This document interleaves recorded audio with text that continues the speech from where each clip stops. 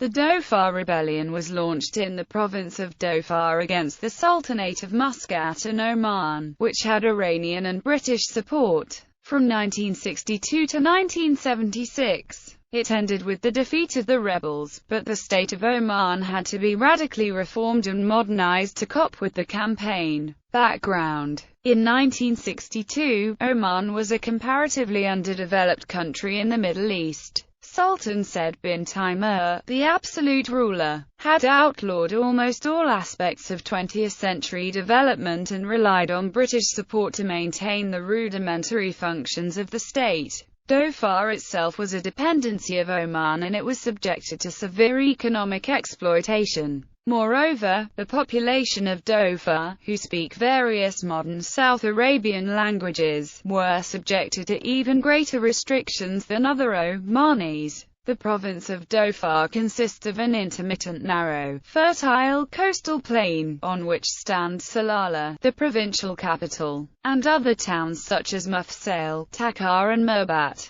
Behind this are the rugged hills of the Jebel Dhofar. The western portion of this range is known as the Jebel Kamar, the central part is the Jebel Kara and the eastern part is the Jebel Samhin. From June to September each year, the Jebel receives moisture-laden winds and is shrouded in cloud. As a result, it is heavily vegetated, and for much of the year is green and lush. The inhabitants of the villages and communities on the Jebel were known as Jabalis. To the north, the hills slope down via rough wadis and cliffs into the gravel plains and sand seas of the empty quarter. History: early years of the rebellion in 1962, a dissatisfied tribal leader, Muslim bin Nafl, formed the Dhofar Liberation Front and obtained arms and vehicles from Saudi Arabia. Saudi Arabia and Oman had earlier clashed over ownership of the Barimi oasis, and the Saudis had already supported two failed insurrections in the Jebel Akhdar in the interior of Oman in 1957–59. The DLF also received support from Imam Ghalib bin Ali, the exiled Imam of Oman, who had led these earlier revolts. Bin Nafl and his men made an epic crossing of the empty quarter to reach Dhofar. As early as December 1962, bin Nal's guerrilla band performed sabotage operations on the British airbase at Salalah and ambushed oil industry vehicles. However, they then withdrew, having been sent by Saudi Arabia to Iraq for more guerrilla training. From 1964, the DLF began a campaign of hit-and-run attacks on oil company installations and government posts.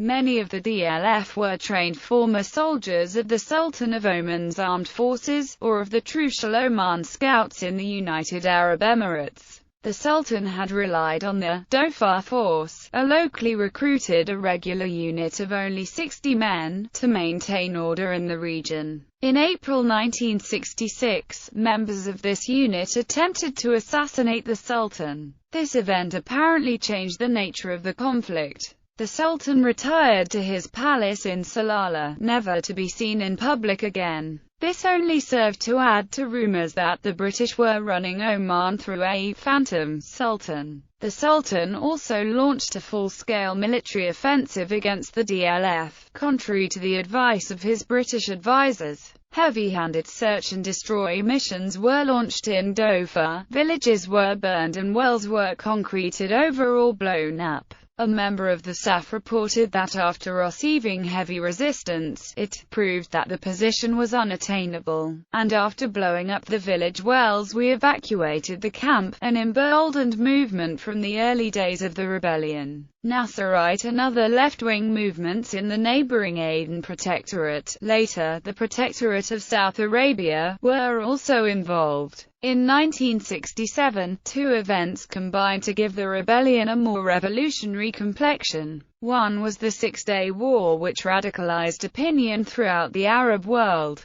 The other was the British withdrawal from Aden and the establishment of the People's Democratic Republic of Yemen. From this point, the rebels had a source of arms, supplies and training facilities adjacent to Dhofar, and fresh recruits from groups in the PDRY. Training camps, logistical bases and other facilities were set up in the coastal town of Hawf. only a few miles from the border with Oman. In May 1968, an attack by a battalion of the Sultan's armed forces against a rebel position at Dhofar in the Jebel Qamar was defeated by heavily armed and well-organized and trained rebels. At a Second Congress of the insurgent movement in September 1968, most of the official posts within the movement passed into the hands of radicals, and the movement renamed itself the Popular Front for the Liberation of the Occupied Arabian Gulf, or PFLOAG. The move towards Marxism-Leninism ensured that the PFLOAG received sponsorship from both South Yemen and China. China in particular was quick to support the PFLOAG as it was a peasant-based organization, giving it a strong Maoist credence. China was quick to establish an embassy in Aden, and the Yemeni regime allowed its territory to be used for channeling weapons to the PFLOAG. Both the Chinese and Soviets also provided members of the PFLOAG with indoctrination and training in unconventional warfare. The transformation of the DLF, combined with a new supply of Chinese and Soviet weaponry and better training, ensured that the armed wing of the PFLOAG turned into an effective fighting force. However, it also led to a split between those such as Bin Nafl, who were fighting mainly for local autonomy and recognition, and the more doctrinaire revolutionaries. One of Bin Nal's lieutenants, Said bin Gir, was an early and influential defector to the Sultan. Nevertheless, by 1969 the DLF and PFLOAG fighters had overrun much of the Jebel Dhofar, and cut the only road across it, that from Salalah to Midway, in the deserts to the north. They were well armed with such weapons as the AK-47 assault rifle. They also used heavy machine guns, mortars up to 82 mm in caliber and 140 mm BM-14 or 122 mm Katyusha rockets. By 1970, communists controlled the entire Jebel. Terror was then used to break up the traditional tribal structure. 5 elderly sheikhs were pushed over a 450 feet high cliff. Other sheikhs were machine-gunned with their sons. Children were forcibly removed from their families and sent to train in Yemen. Young men were sent to train for guerrilla warfare in China and Russia. The units of the Sultan's armed forces were under strength with only 1,000 men in Dhofar in 1968. They were also badly equipped, mainly with World War II vintage weapons such as bolt-action rifles, which were inferior to the PFLOAG's modern firearms. These rifles were replaced by the FN-FAL only late in 1969. Even the SAF's clothing and boots were ragged and unsuitable for the terrain. The units of the SAF were generally not properly trained to face hardy guerrillas on their own ground, and no Omani held a rank above that of lieutenant. The SAF generally were unable to operate in less than company strength on the Jebel, and were mainly restricted to Salalah and its immediate area. Small detachments of the British RAF Regiment and Royal Artillery had to be deployed to protect the vital airfield at Salalah from infiltrators and from harassing mortar and rocket fire. Other insurgents in the northern section of Oman formed a separate resistance movement, the National Democratic Front for the Liberation of Oman and the Arabian Gulf. In June 1970 they attacked 2 SAF posts at Nizwa and Iska. They were repulsed, but the incident convinced many that new leadership was required.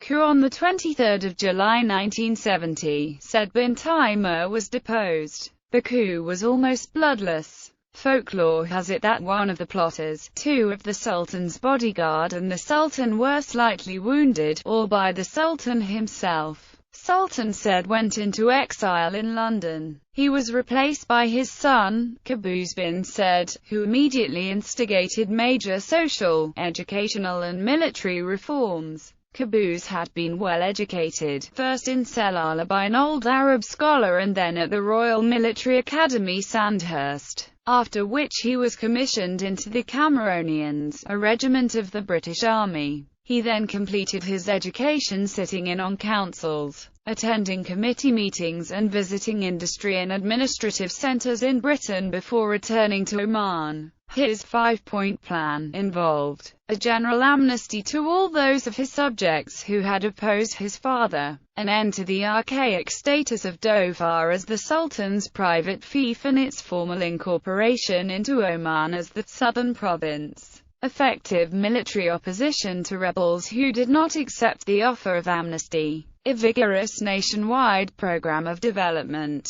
diplomatic initiatives with the aims of having Oman recognized as a genuine Arab state with its own legal form of government, and isolating the PDRY from receiving support from other Arab states. Within hours of the coup, British Special Air Service soldiers were flown into Oman to further bolster the counterinsurgency campaign. They identified four main strategies that would assist the fight against the PavelD: civil administration and a hearts and minds campaign, intelligence gathering and collation, veterinary assistance, medical assistance. The military commanders on the ground suggested the implementation of a hearts and minds campaign, which would be put into operation primarily by a troop from the Shash. The British government supported this unconventional approach to the counterinsurgency campaign. It approved the deployment of 20 personnel of the British Royal Engineers, who would aid in the construction of schools and health centres,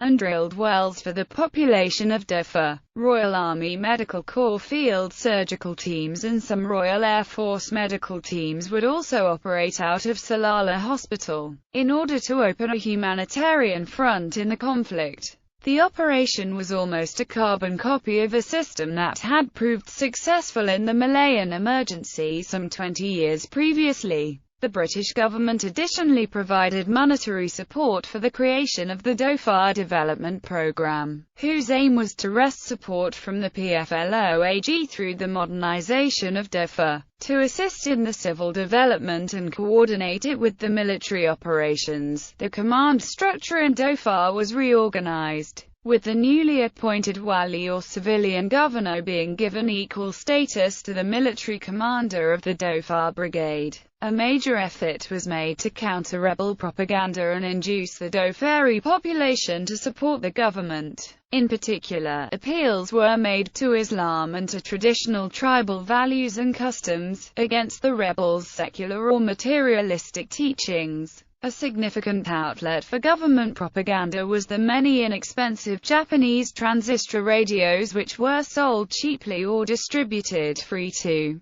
Jibilis who visited Salalah and other government-held towns to sell firewood or vegetables. Although the PavelD could also broadcast propaganda by radio, the government's propaganda was factual and low-key, while that of the rebels, broadcast by radio Aden, was soon perceived to be exaggerated and stereotyped. Government counterattacks. One step which had a major impact on the uprising was the announcement of an amnesty for surrendered fighters, and aid in defending their communities from rebels. A cash incentive was offered to rebels who changed sides, with a bonus if they brought their weapon. The rebels who defected to the Sultan formed Furqat irregular units, trained by British Army training teams, or BATs, from the Special Air Service. 18 Furqat units, numbering from between 50 to 150 each, were eventually formed. They usually gave themselves names with connections to Islam, such as the Furqat Salahadin.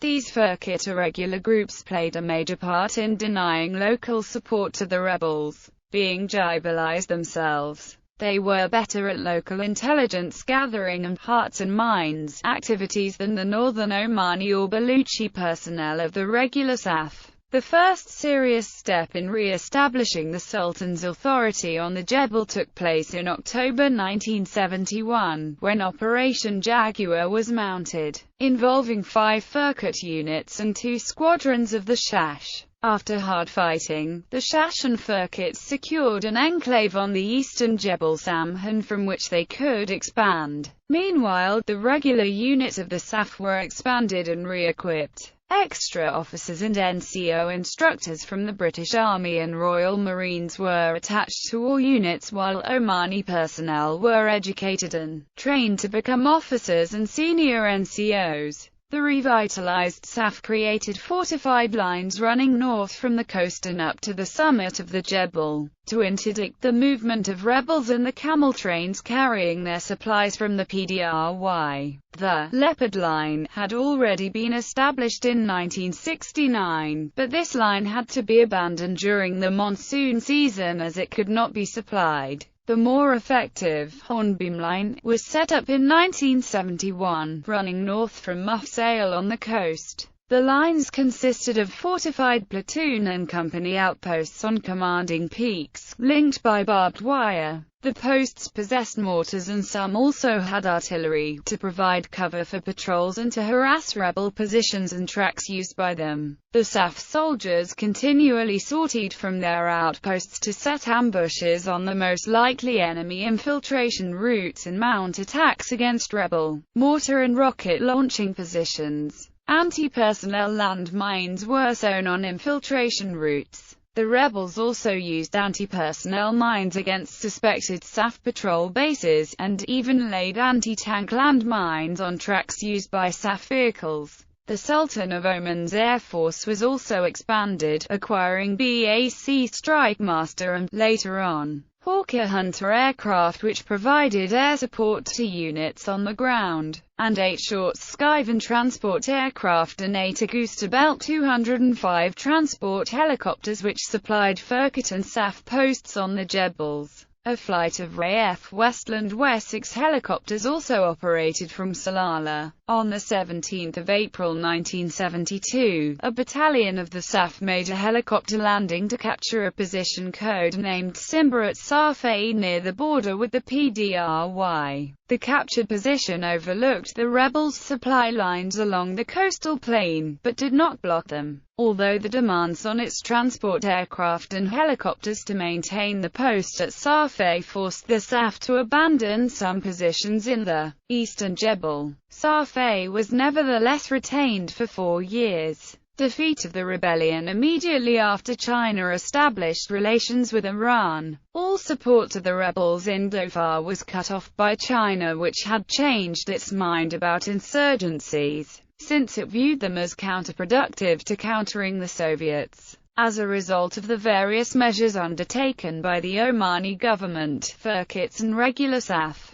the rebels were being deprived both of local support and supplies from the PDRY. To retrieve the situation, they mounted a major attack on the coastal town of Mirbat during the monsoon season of 1972. On 19 July 1972, at the Battle of Mirbat, 250 Adu attacked 100 assorted Firket under training, paramilitary askars and a detachment of the Special Air Service. In spite of the low Kharif cloud cover, air support from Strike Master aircraft was available, and helicopters landed Shash reinforcements. The Adu were repulsed with heavy losses. From this point on, the rebel defeat was inevitable. Although they defeated an offensive by the SAF in 1973 intended to seal the border with the PDRY and capture the main Adu base in the Shershiti caves, the Adu earned the respect of their opponents for their resilience and skill. In January 1974, after several splits and defections, the rebel movement renamed itself the Popular Front for the Liberation of Oman.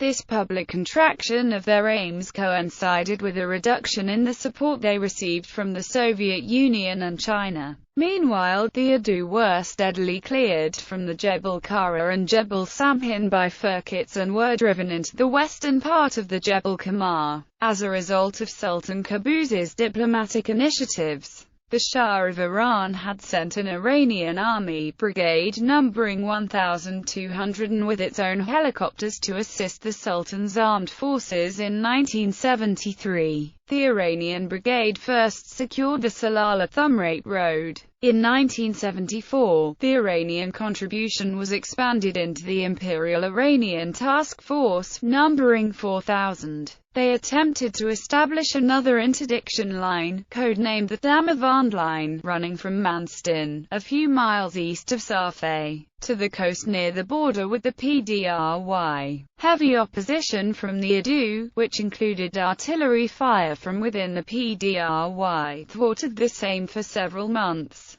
Eventually, the town of Rakut, which the PFLO had long maintained as the capital of their liberated territory, fell to the Iranian task force. In July 1975, the SAF launched a second, final, offensive. An attack from Simba, intended to be a diversion, nevertheless succeeded in descending cliffs and slopes 3,000 feet in total height to reach the coast at Dalkut, and thus finally cut off the Adu from their bases in the PDRY. Other SAF units finally captured Dhofar, the Shirshati caves and other defended positions in the Jebel Qamar. Hawker Hunter aircraft of the Sultan's Air Force, 31 of which had been transferred to the SAF from the Royal Jordanian Air Force, attacked artillery positions in the PDRY. Over the next few months, the remaining rebel fighters surrendered or sought sanctuary in the PDRY. The rebellion was finally declared to be defeated in January 1976, although isolated incidents took place as late as 1979. Foreign involvement.